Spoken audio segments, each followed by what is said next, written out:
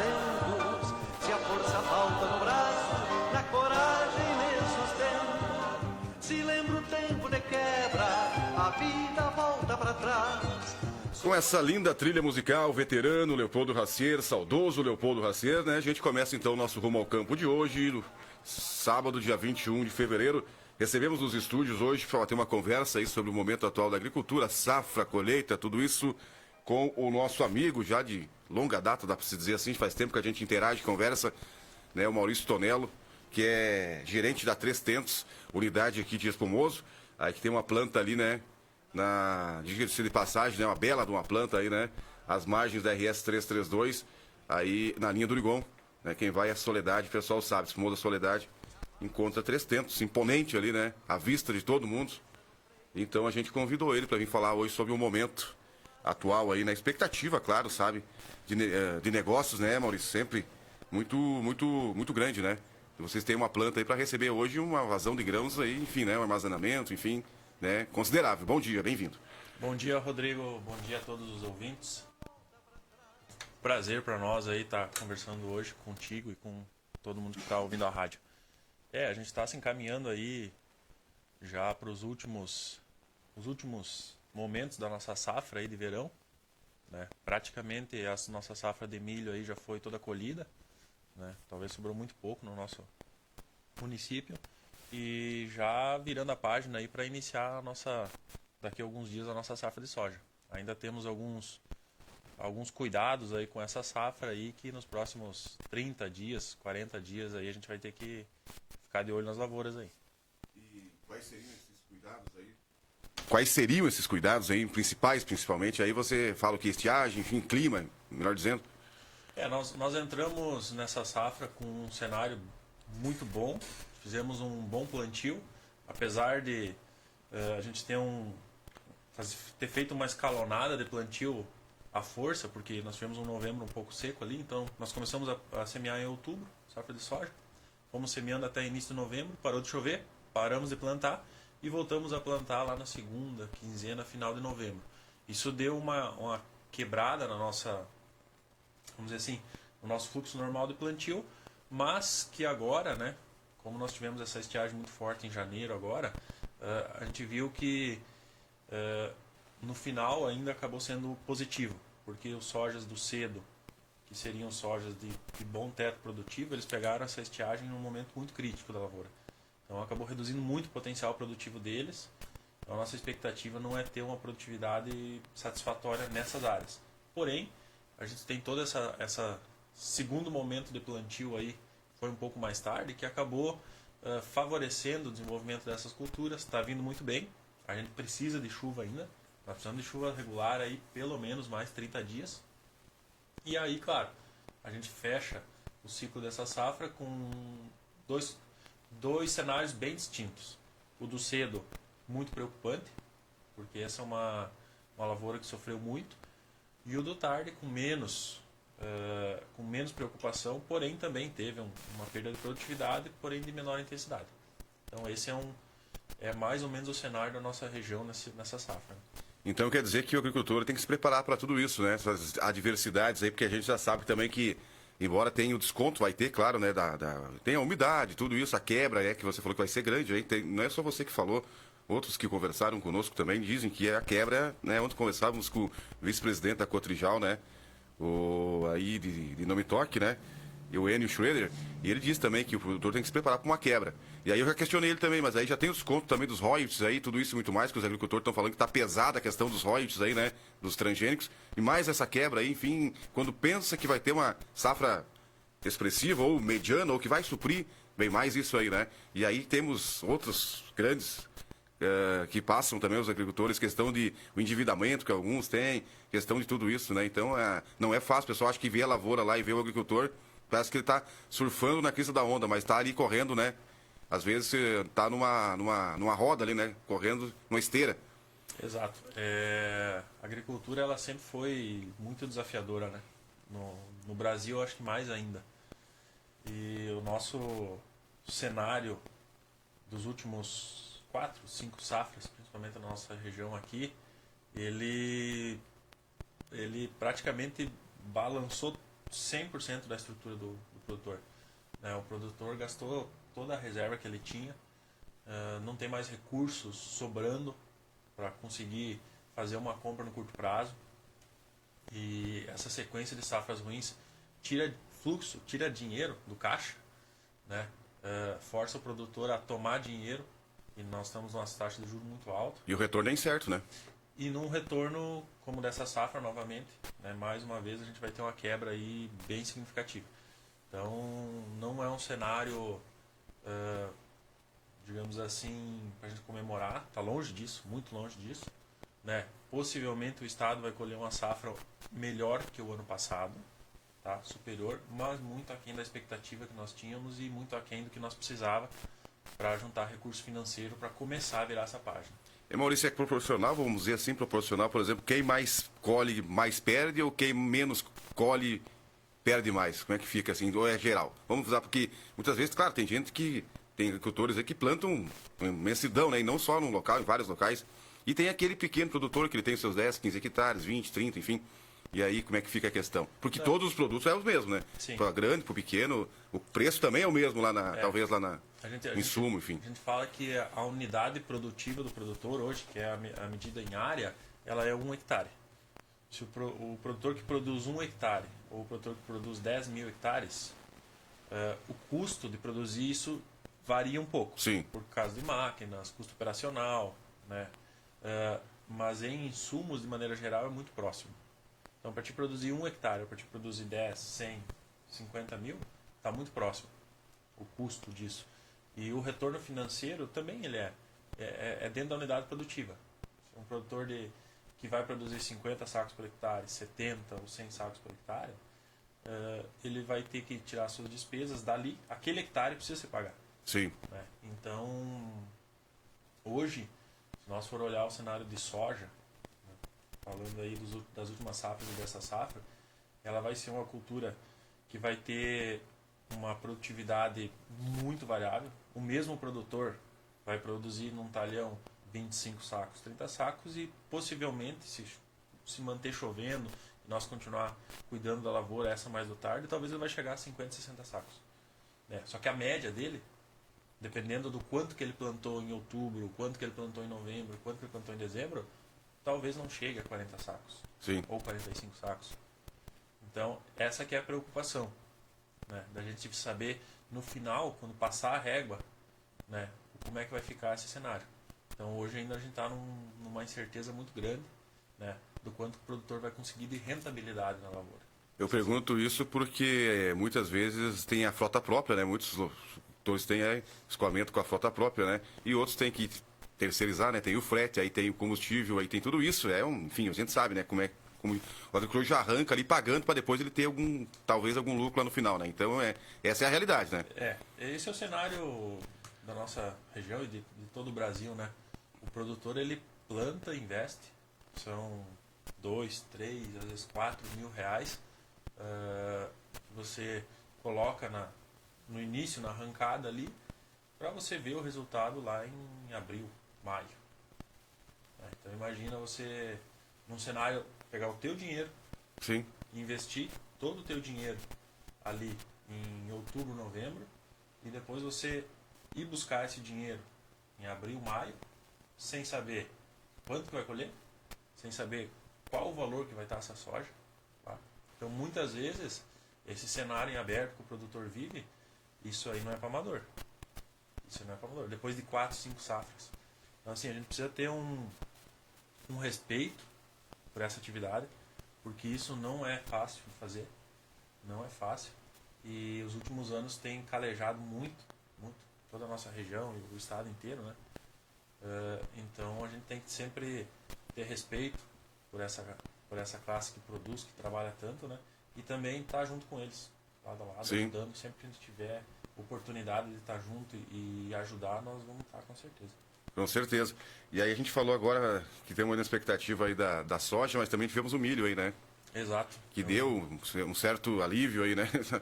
Apesar de a gente ter esses dias muito quentes ali em janeiro, e janeiro é um mês crítico assim para dependendo de algumas épocas de plantio aí e tudo mais, porque os dias são longos, muito longos, a temperatura sobe muito, né? Então isso, se não tiver chuva adequada, ela causa um dano muito grande nas lavouras, né? A lavoura de milho, ela se comportou bem, nós tínhamos uma expectativa até muito abaixo, que nossa expectativa era que as produções iam ficar muito ruins.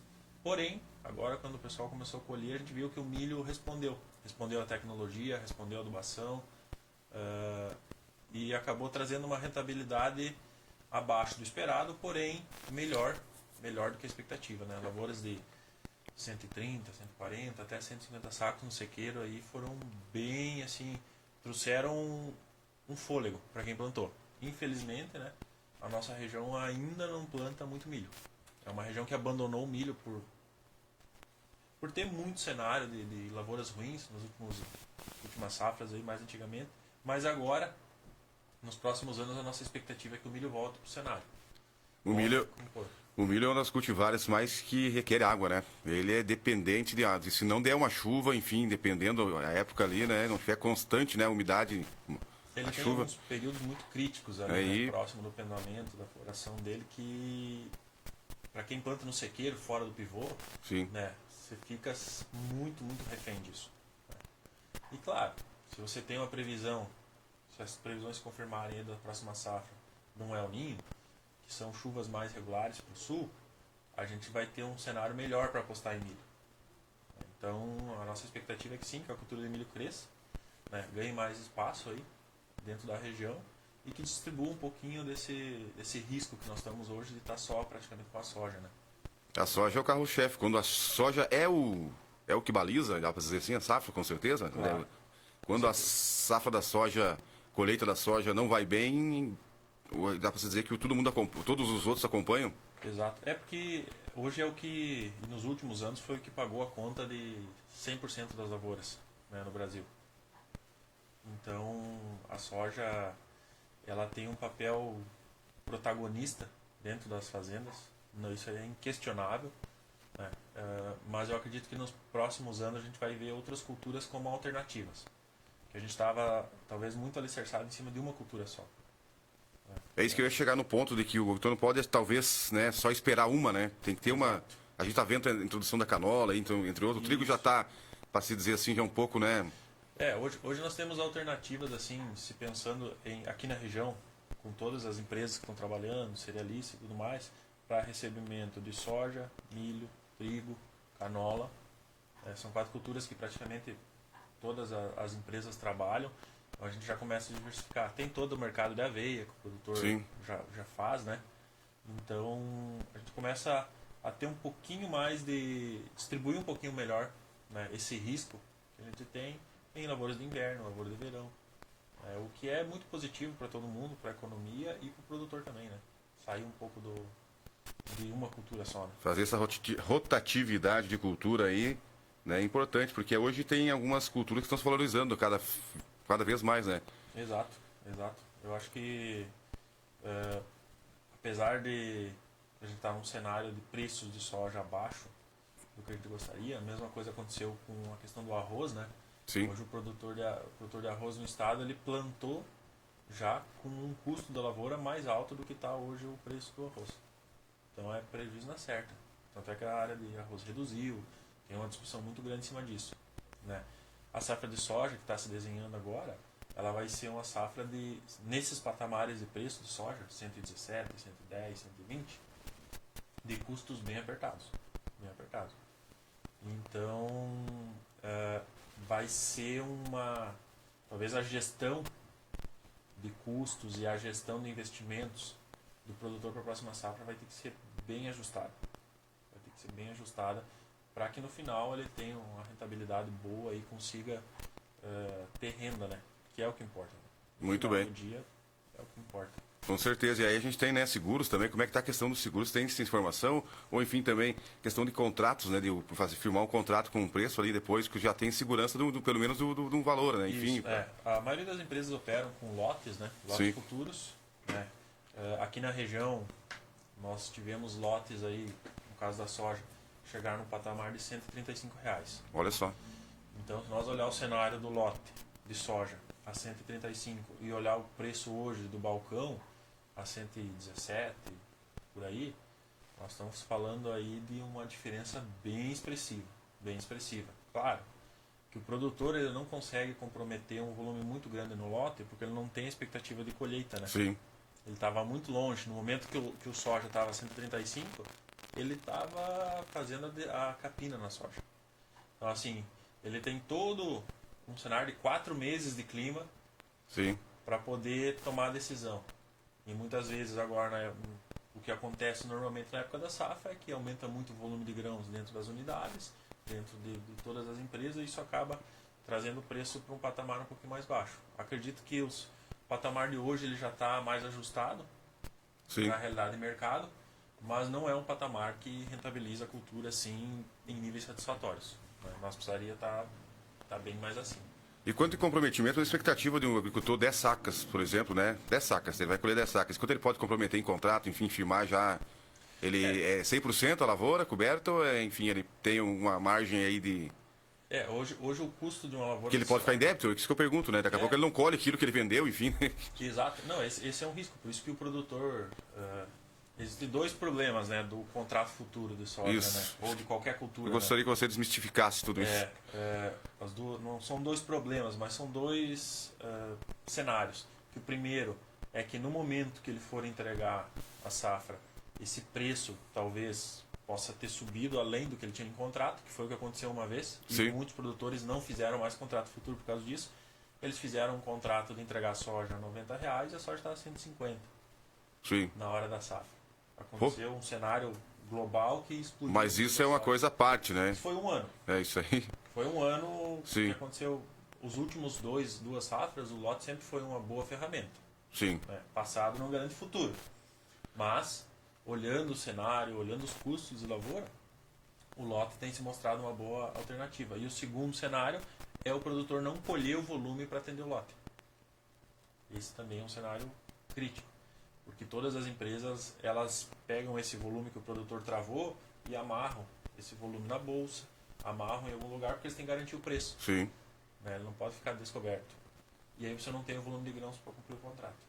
Então isso também é um cenário difícil. Por isso que o produtor tem que ter a sensibilidade, e isso é só o produtor que consegue ter, né? De como é que está indo a lavoura dele, qual é que é o cenário daqui para frente, quanto que ele pode comprometer. Ninguém além dele tem essa habilidade de dizer, não, eu posso colocar 10 sacos por hectare, eu posso colocar 15. A não ser que saia um lote, por exemplo, agora, muito próximo da colheita, que a lavoura está praticamente pronta, eles não, agora eu vou comprometer 30 sacos. Mas normalmente nessa época os lotes já não estão mais no mercado, essa opção. E aí a expectativa de uma safra, claro, quando começa ali, eu acho que ele já tem um norte, assim, por exemplo, eu tô com o meu solo assim, porque eu acho que o solo também, né? O solo é um ser vivo, né? A gente fala sempre, porque tem muitos nutrientes, tem muitos seres vivos ali, né? E aí um engenheiro agrônomo, um técnico agrícola, enfim, ele não consegue dar assim, hoje vamos ter que fazer um tratamento assim, claro que consegue, né? E aí já não gera uma expectativa. Isso trazendo para o mundo real, né? Que vai plantar e vai colher. Não contando com catástrofes, com climáticas, enfim, com tudo isso que acontece, que esses percalços no meio do caminho. Mas ele não tem já, com a lavoura desse jeito que tu vai colher aí tanto por hectare, enfim, já não dá essa certeza ou essa quase certeza aí. Como é que funciona? Bom acompanhamento, eu digo, de... Sim.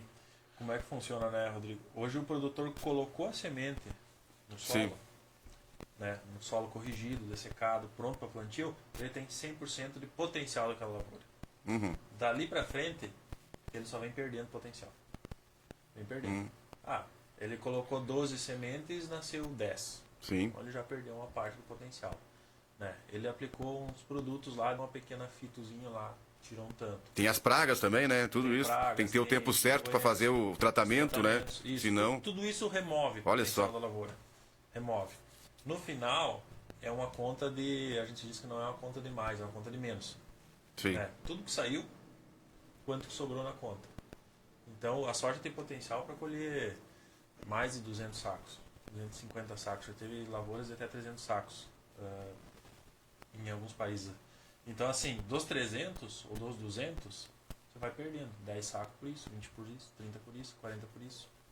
30 dias de sol em janeiro remove quanto potencial? Dependendo do estágio que a soja está, 50% do potencial. só. 40% só está enchendo o grão. Então, no final, o produtor tem que ir dosando isso, vendo a lavoura, fazendo estimativa junto com o seu agrônomo, com o seu técnico, como é que está indo o desenvolvimento da lavoura, para daí ele ter uma percepção, diz, não, essa lavoura, nesse cenário, eu acredito que ela vai colher os 50 sacos. Mas não é uma ciência muito fácil. Não é uma conta exata, né? Não é uma matemática. Nunca vai ser. Agora, hoje que determina, enfim, os preços e tudo isso mais, a Bolsa de Chicago é muito forte. Eu acho que é a principal, né? Que aí Sim. que vocês têm esse... A precificação, o mercado de soja ele é global, né? Sim. Os Estados Unidos acho que é o maior produtor, acho que. Hoje o Brasil é o maior produtor de soja. Um dos maiores também, né? Os Estados Unidos também. Mas o mercado global de soja ele tá muito dependente de relatórios, né? Toda vez que sai um relatório, por exemplo, o relatório do USDA americano informando o volume de soja que tem em estoque no mundo, ele balança o preço, né? Então toda vez que sai o relatório, no dia ali o preço balança, ou para cima ou para baixo, né? E aí você tem dólar, Chicago, Sim. você tem prêmio que é um bônus que as empresas pagam, por exemplo, para encher um navio, para carregar. A China está comprando soja. A China está pagando quanto de prêmio? Tantos centos de dólar por bushel. Isso influencia no preço e frete. Sim. Hoje, se nós for falar de preço de soja, nós temos que falar dessas 4 coisas. E o que mais nos deixa, assim, não vou dizer tristes, mas o que mais nos deixa sem ação é que nós não temos ingerência em praticamente nenhuma delas. Né? O frete nós não determinamos. Prêmio não é nós que determinamos. Dólar, muito pouco, quase nada. E Chicago também não. Então é uma precificação aberta no mercado, por isso que chama-se commodity. Sim. Né? Sim. O que é as ferramentas que nós temos? Nós temos opções de travar o preço da soja, como um lote futuro, o próprio barter, como uma troca de insumos. Né? Nós, essa semana, semana passada, nós estávamos no Crop Show, né? Então, nosso evento, nós estávamos com troca para a próxima soja futura a R$130 na soja, que dava uma relação de troca muito boa, com o que a gente chama de 300 mais, que é um gatilho de alta. Sim. O que é esse gatilho de alta? De agora até o dia 16 de dezembro, o produtor pode escolher o preço, quando o preço da soja subir, e retravar o volume dele de soja. Então, se ele fez a 130, Sim. e por algum momento agora, até dezembro, a soja foi a 140, ele trava novamente a troca dele. E aí a relação fica mais baixa ainda, fica melhor ainda o negócio. Então, esse 300 mais ainda está aberto, a gente ainda tem essa campanha em aberto, acredito que na próxima semana ainda vai estar em validade, certo?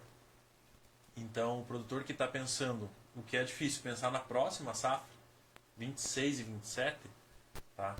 Eu acho que é um bom momento já para ele olhar para esse cenário. Né? Como que eu faço para travar meus custos? E aí eu fujo um pouco dessas oscilações de dólar, de Chicago, de prêmio. Sim. Eu vou travar o meu custo já para a próxima safra e vou ter um tiro de opção de alta. Né? Eu vou ter uma bala ali no cano que, se precisar, se o soja subir, eu travo ele de novo. Então, acho que é uma boa ferramenta que vale a pena ser pensada, sabe? Num cenário desses que nós temos no político. Sim.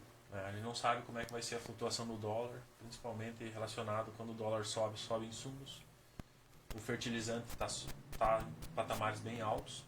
Então, o fertilizante hoje é quase 50% do custo da lavoura. Né? Se botar fertilizantes e sementes, nós vamos para 65% do custo da lavoura. Então, se nós conseguir travar uma parte desse custo, nós saímos dessas oscilações e já vamos focar no que nós conseguimos trabalhar, né, dentro da lavoura. Importante é lucro, né? Exato. E um lucro considerável, né? Que tem muitas vezes um empate, né? Aquele que a gente tô com o dinheiro no bolso, mas esse dinheiro já sai. Ele só foi foi passear um pouquinho e voltou agora para mim, mas não, né? Enfim, não tem condições. Acho que ninguém trabalha de graça. Né? O produtor tem um trabalho fantástico que produz alimento e energia. Sim. Né? Hoje, boa parte da soja que está saindo aí no nosso estado, no Brasil, ela é para produção de energia, de biodiesel. Sim. Né? O mercado biodiesel está... Tem a planta da B8 aqui perto, né? Que está saindo aí também. Exatamente, as cooperativas. E vários outros, né? A Estamos também investindo em várias indústrias, então... Vocês estão beneficiando também já em alguma planta aí? Aqui nós temos uma indústria em Juí e uma em Cruz Alta. Isso, já tem, né? Temos uma em Vera, uma em Porto Alegre do Norte e agora uma em Redenção do E Pará. qual que é que vocês fazem com a soja daí no caso? Nós esmagamos ela, né? Sim. Produzimos farelo de soja, Farelo de soja. todos os subprodutos ali e biodiesel. Biodiesel também. Biodiesel Aí, também. combustível aí. Exatamente.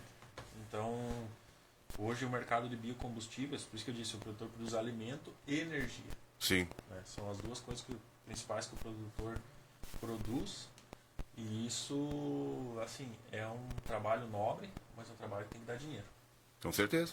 Senão não faz sentido nenhum. Né? Que daí lá na frente quem vai ganhar é alguém, né? Alguém vai ganhar, ninguém. Enfim, a gente sabe, né, que alguém vai ganhar, né? Seja, então, né? Agora, você falou que da questão aqui que nós temos aqui a maior plantação de soja, né? A área plantada do Brasil. O Brasil é grande demais, né? Tem lugar aí. E os Estados Unidos também, né? Mas os Estados Unidos tem um pouco menor. Questão até do clima deles, alguns lugares lá não tem como, né? Mas a questão de escoamento, né? A gente depende muito da nossa malha rodoviária, né? Exato. É caminhão. E é longe os portos aqui, a gente sabe que tem, né? E eles têm uma vantagem lá no escoamento, que eles têm o rio Mississippi lá, né? Que eles saem nas balsas direto pro porto. Então, quer dizer, fluvial e também tem uma malha ferroviária, né? Coisa que nós estamos abandonando aqui também, né? Porque a gente quer cada vez mais rápida a coisa, mas também a gente sofre com isso tudo, né? O Brasil tem um problema... Sempre foi, né? Sempre foi, acho que nos próximos anos vai seguir tendo, que é político, né? Sim. Nós não temos nenhuma política de longo prazo. É tudo imediatista, emergencial, tapa-buraco. Né? Nós não conseguimos visualizar 20 anos. E quando a gente fala de estrutura, infraestrutura de grande porte, que seriam rodovias, hidrovias, ferrovias, esse projeto é 20, 50 anos. Né? E hoje nós não conseguimos fazer nada no Brasil que não seja de 4 em 4 anos. É verdade. Máximo. E aí tem o sucateamento das nossas ferrovias, nem para falar mais, né? Ferrovia pode algum que outro aí só, enfim. Nós temos uma malha ferroviária aí que está subutilizada, Precário. né? Poderia desafogar e ajudar. Né? Uma das nossas indústrias, por exemplo, a de Cruz Alta, ela carrega os vagões de trem dentro da indústria, Sim. coloca na malha e desce para Rio Grande. Então você imagina a vantagem disso, né? Na exportação, a velocidade. São 70, 80 vagões ali, né? Todo dia que saem dali. E é uma viagem só, né? E é uma viagem só. Exatamente. Então, assim, se nós tivéssemos uma estrutura que comportasse uma parte disso, os caminhões não vão sair da estrada, só que eles vão fazer distâncias menores. Sim.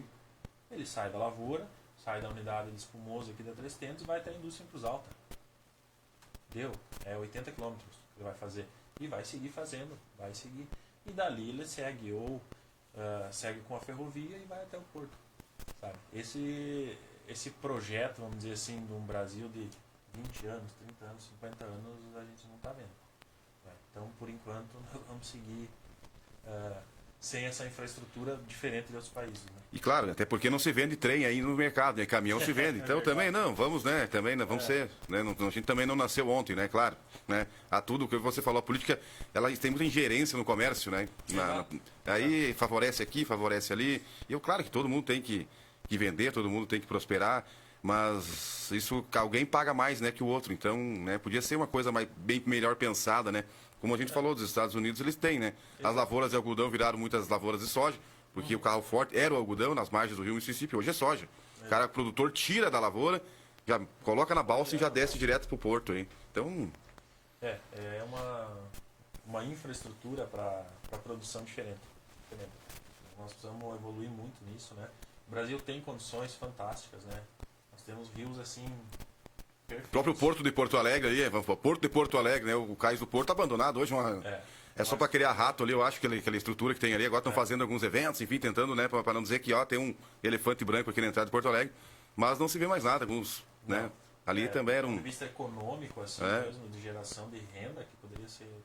Não, estamos muito aquém do que nós poderíamos entregar. Nós temos hoje um porto de Rio Grande só. Sim.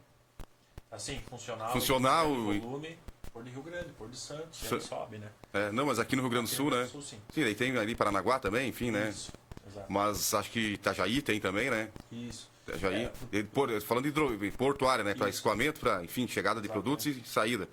Mas aqui no Rio Grande do Sul, acho que é Rio Grande aí. Rio Grande. E, claro, a gente é muito favorecido com o Porto em Rio Grande. Sim. Né? Isso é fato, né? O Rio Grande do Sul tem essa vantagem. O nosso preço de soja, por exemplo, aqui no Mato Grosso é bem diferente. Tem alguns anos emparelhou, mas agora já distanciou de novo, em função do custo logístico, né? Que impacta direto no volume, né? As commodities são produzidas em grande volume, tu tem que escoar. Tem que escoar isso. Ou você beneficia, produz, processa ali no local e sai com o produto beneficiado, que seria o ideal, né? Que é o que o Mato Grosso está começando a fazer. Né? O Mato Grosso está começando a trazer indústrias, por exemplo, a 300 está indo lá, né? O produtor produz milho, produz soja, a 300 produz farelo de soja, produz o DDG, que é o farelo de milho, lá em duas indústrias. Isso vai virar ração, que vai alimentar frango, suíno, gado e a carne. Vai ficar ali mesmo na propriedade. Exato. E a carne que vai sair de lá, Sim. que vai ser exportada. Né? Então, a diferença disso são alguns milhões de reais que ficam girando na economia, né? Que em vez de nós exportar o soja pronto, o que também é muito bom, mas deveria ser uma pequena parte, né? Não todo, nós exportar a carne, que é o produto final do nosso negócio. E essa questão que você levantou agora, esse tema que você trouxe aqui, o vice-presidente da Cotrijal ontem também falou. O Enio Schroeder falou pra gente, tem entrevista, daqui a pouco a gente vai reproduzir ela novamente lá no final do programa, hoje perto das 10 horas da manhã, que ele disse que ele também pensa nisso. Deixar aqui dentro, talvez a maior parte da produção fique aqui para nós, né? Porque Exato. a gente está mandando muito embora e, enfim, aí não tá... Tem muitas coisas a serem feitas aqui, né? Com essas commodities, soja, trigo, milho, enfim. Principalmente o milho e o soja, né? Exato. Que são produtos que a gente tem em alto volume, né?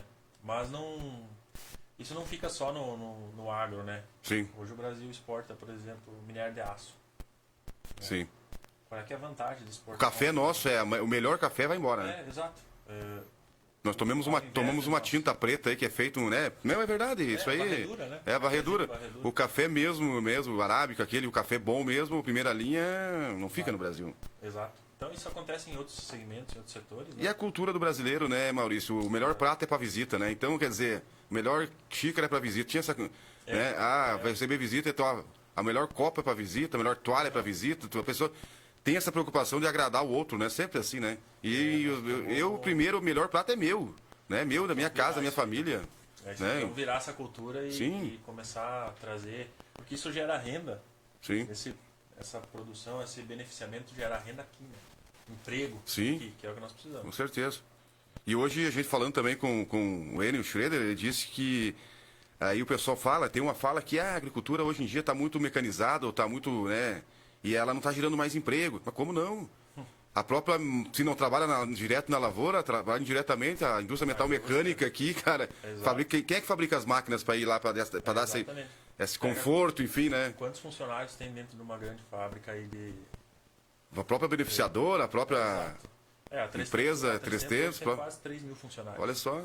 Isso é o agro. Se terminar com o agro, vamos vender capinha de celular aí, né? Se nós não tiver soja e não tiver milho, as indústrias param. Sim. Param. E aí todos esses empregos aí vão fazer o quê? Então assim, tem que tomar cuidado com essas informações. Sim, não dá para sair falando aí coisa que... Porque os nossos municípios... Claro que hoje não vê uma linha de 8, 10 numa lavoura carpida no meio do soja, não tem nem porquê, né? Isso aí, claro. Não tem gente. E se isso era gerar emprego, isso ia gerar um sofrimento. Ninguém merece, né? E claro que antigamente fazia, mas hoje se tu tem condições de ter um conforto, né? De estar num trator gabinado, de ter uma máquina que faça 90% do teu trabalho, por que tu vai, né? Porque eu vou... Não, então, não existe mais isso. A mão de obra hoje, para você contratar uma mão de obra para trabalhar no campo, é muito difícil. Porque Sim. o campo não tem horário, Sim. não tem férias. Se a condição boa de aplicar é sábado e domingo, vai aplicar sábado e domingo. Sim. Se a condição de tempo de colher vai ser lá na Páscoa, vai ser na Páscoa. Ela não tem calendário. Sim. A lavoura não tem calendário. E a nossa dificuldade hoje de contratar pessoas é por causa disso, sabe? Muitas pessoas hoje, o mercado de trabalho não quer assumir um compromisso de entregar um resultado. Ela quer trabalhar 8 horas por dia, 5 dias por semana e receber o salário. Isso aí. Maurício, queremos agradecer sua participação aqui na nossa programação, no nosso Rumo ao Campo desse sábado. conversa bem produtiva. Teria conversa que você ficaria falando aqui, a sua experiência aí até... Mas enfim, a gente, né, agradece mais uma vez 300 aí, Espumoso, né? Agora você fala, dá os recados da 300 aí também, né? Faça o seu comercial, como a gente fala aí. E aí... Obrigado, Rodrigo, por essa oportunidade aí, de a gente estar conversando e conversando com todos os ouvintes. A 300 é uma empresa que veio para Espumoso, para a região do Espumoso, para ficar. Né? O silo lá não tem rodinha, não vai sair daqui. Né? Então, o nosso projeto é um projeto de longo prazo, de construir parcerias com os produtores, que a gente possa trabalhar junto, produzir, ter renda no campo. Né? E a gente sabe dos desafios, nós comentamos alguns aqui, né, de rentabilidade, né, mas para isso eu acho que nós temos boas alternativas, inclusive agora, durante esses dias, nós estamos em campanha no Crop Show, que é a campanha que a gente consegue visualizar a próxima safra já, travando nossos custos, né. Imagina você chegar na safra 26-27 já com o teu custo travado, um custo bem adequado, ajustado, então você já tira da preocupação digamos assim, um peso. E aí você começa a trabalhar os outros fatores, né? Que é cuidar bem da lavoura, fazer os manejos na hora certa. Então essa opção que nós temos de travar os custos da lavoura, seja num barter de milho, de soja, de trigo, de canola, né, da próxima safra, associado a ter, no caso da soja, essa opção de alta, eu acho que esse é um cenário que, assim, traz segurança para o produtor. Então, quem tiver interesse, por favor, nos procure aí na próxima semana. Procure os nossos agrônomos, os nossos técnicos, que a gente vai sentar, vai fazer uma simulação, vai conversar e vai tentar fazer o melhor negócio possível. Muito bem, 300 na RS 332, em frente à Lagoa do Urigão. Eu achava até, você me disse que é natural daqui, então você lembra da Lagoa do Urigão? Foi um centro de eventos aqui em Espumoso, né? Há anos 80, final dos anos 80 aí, né? E é um imponente ali, né? Agora vocês estão ali, né, com aquela vista ali, né? Bonito. Bem localizados ali, então bem fácil acesso, né? Enfim, Exatamente. escolheram bem o local. Que bom, que bom. Muito bem. Maurício Tonello, gerente da 300 Espumoso. A gente conversou aí com vários assuntos, sempre, né? A gente conversou sobre agricultura, o carro-chefe é a soja. Fala aqui, fala ali, mas o funil vai caindo e a gente vai chegando na soja, que é a principal cultura aí, né? E tomara que a gente torce que dê tudo certo aí para o agricultor dar aquela respirada, né? Tirar o nariz para fora aí, né? Porque tá complicado, a gente não é produtor, eu não sou, né? Mas eu sei que a gente conversa muito com muitos produtores, técnicos, enfim, gestores de unidades de recebimento, enfim, o mercado aí a gente sabe como é que funciona. Então, nunca veio mais, estamos surfando na crista da onda, ou estamos, pelo menos, de pé na prancha, né? Então, quer dizer, a gente está sabendo a realidade aí, né? Então tá, a gente vai ao intervalo comercial, na sequência a gente volta com mais Rumo